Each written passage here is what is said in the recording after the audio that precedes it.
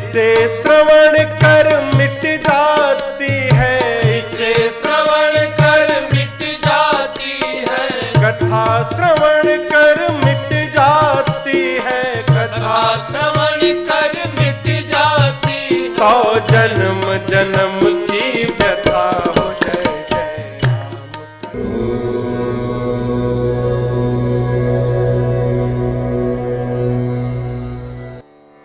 देखिए, हम लोग जो विगत पिछले दिन सुन रहे थे ध्यान और ध्यान की विधि, इसी विधि में आगे यह बात आई जो कल चल रहा था, इंगला पिंगला ताना भरनी, सुषमन तार से बीनी चदरिया, छीनी रे छीनी।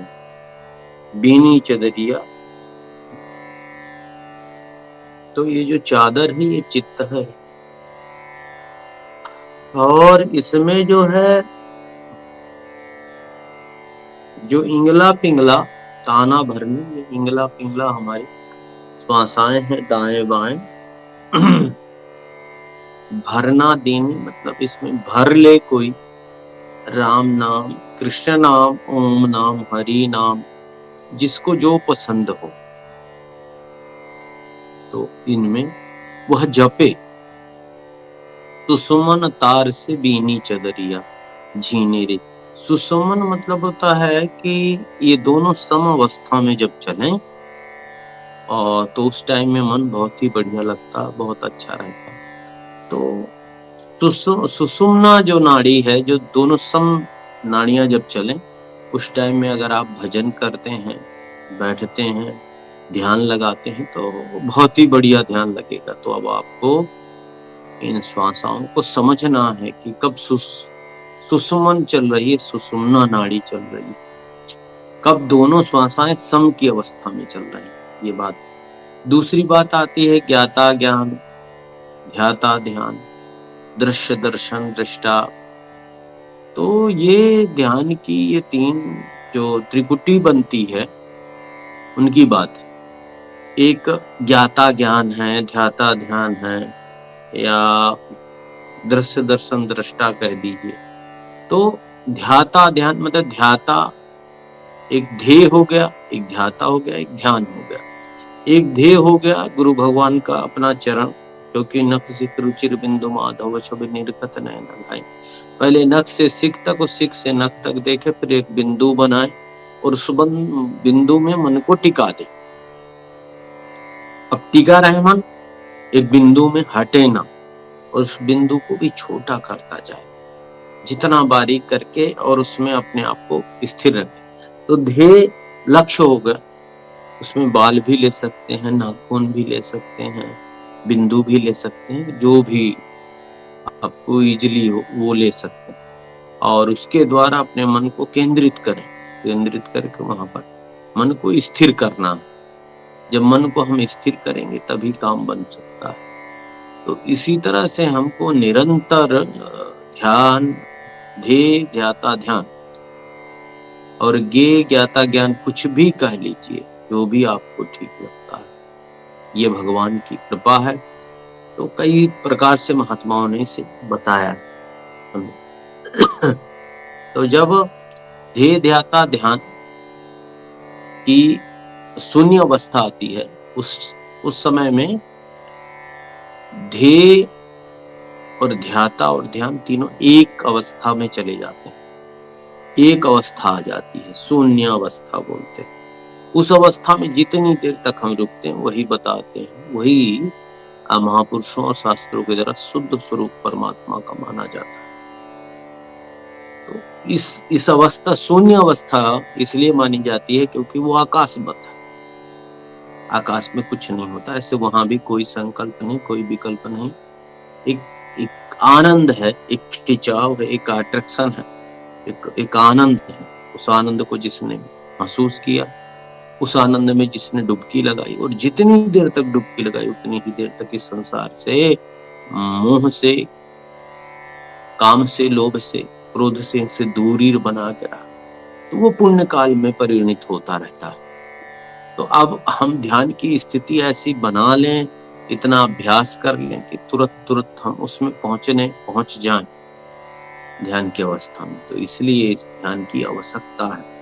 फिर आगे जो बातें हैं इसमें, वह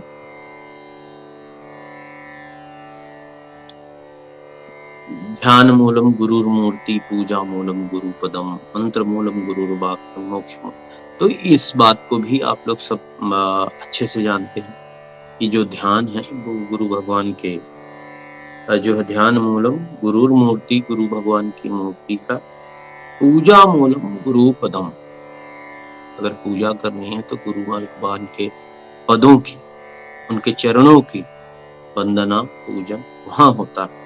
और मंत्र मूलम गुरुर्वाक्यम, जो गुरु भगवान ने हमें आदेशित किया है वही वाक्य को हम समझ लें।